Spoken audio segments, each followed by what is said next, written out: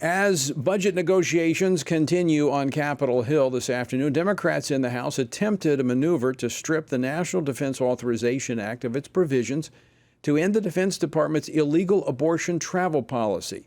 Now, this effort, thankfully, failed, but it demonstrates the tactics that the left will employ to push its abortion agenda. Joining me now to discuss this, as well as the ongoing debate over government funding, is Congressman Mark Alford. He serves on the House Armed Services Committee, the House Agriculture Committee, and the House Small Business Committee. He represents the 4th Congressional District of Missouri. Congressman Alford, welcome back to the program. Thank you, Tony. Good to see you. Thanks for stepping out of the meeting. Before we get into the protection of the unborn in the NDAA, what's the status, what's the latest on the government funding negotiations going on between Republicans?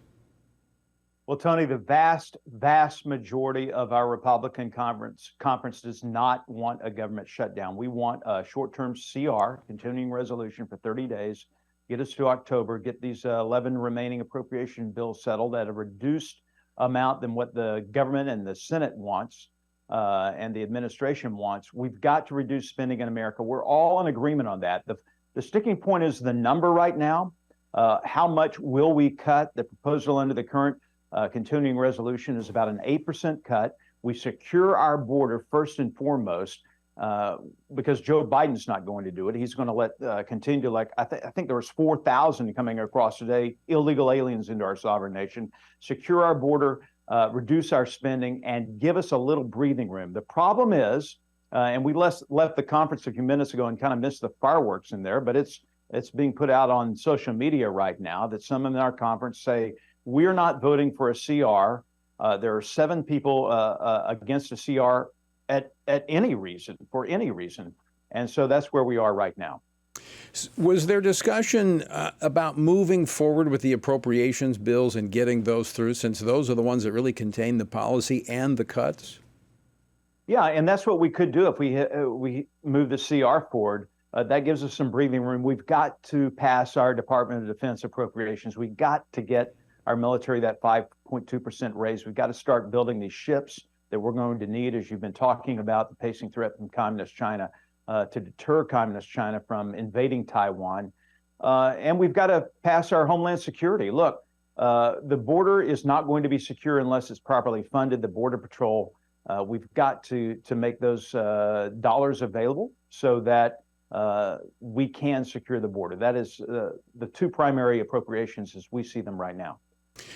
All right, Congressman Alford, talking about the military, the National Defense Authorization Act, you've been on the program before talking about that. A lot of work went in to get that bill moving forward, some good policy amendments put in place, including removing putting the provisions, I should say, to restrict the government, the military, from funding travel for abortion. That was put in. Today, there was an effort by Democrats to essentially take that out. Explain what happened.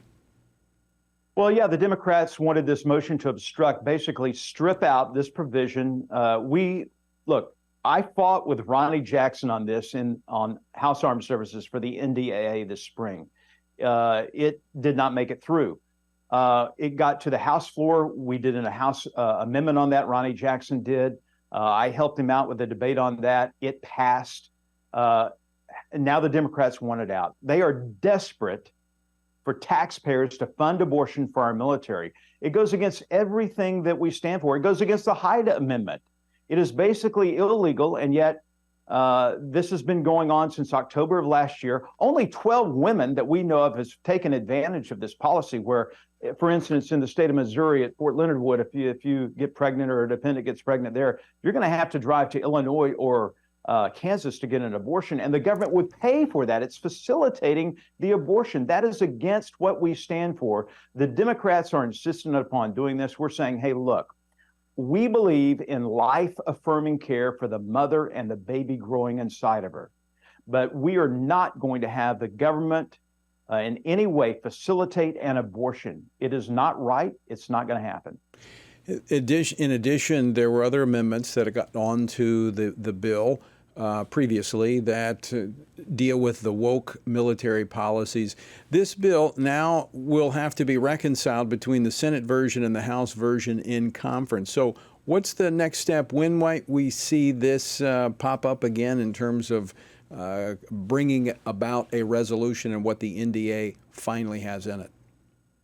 Well, Tony, I was honored yesterday to be named by the leadership and our chairman, Mike Rogers, to be on this conference committee, a rare honor for a freshman to be able to do that.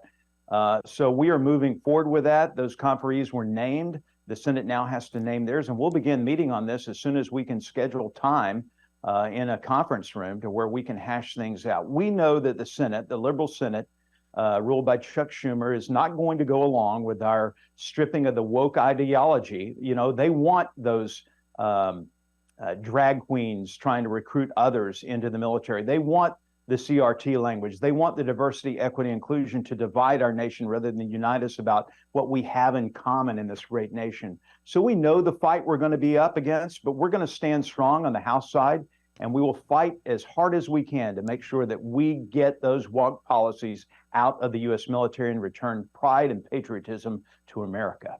Well, Congressman Alford, that's actually very reassuring that you've been appointed to the conference committee, because I know these are issues you care about deeply. And so you'll be at the table there. That's, again, reassuring that we may actually see these policies stay in, because oftentimes what happens behind closed doors in these conference committees is that the good stuff is thrown out. The bill comes back to the chamber and they vote on it. Nobody really knows what was in or what was taken out.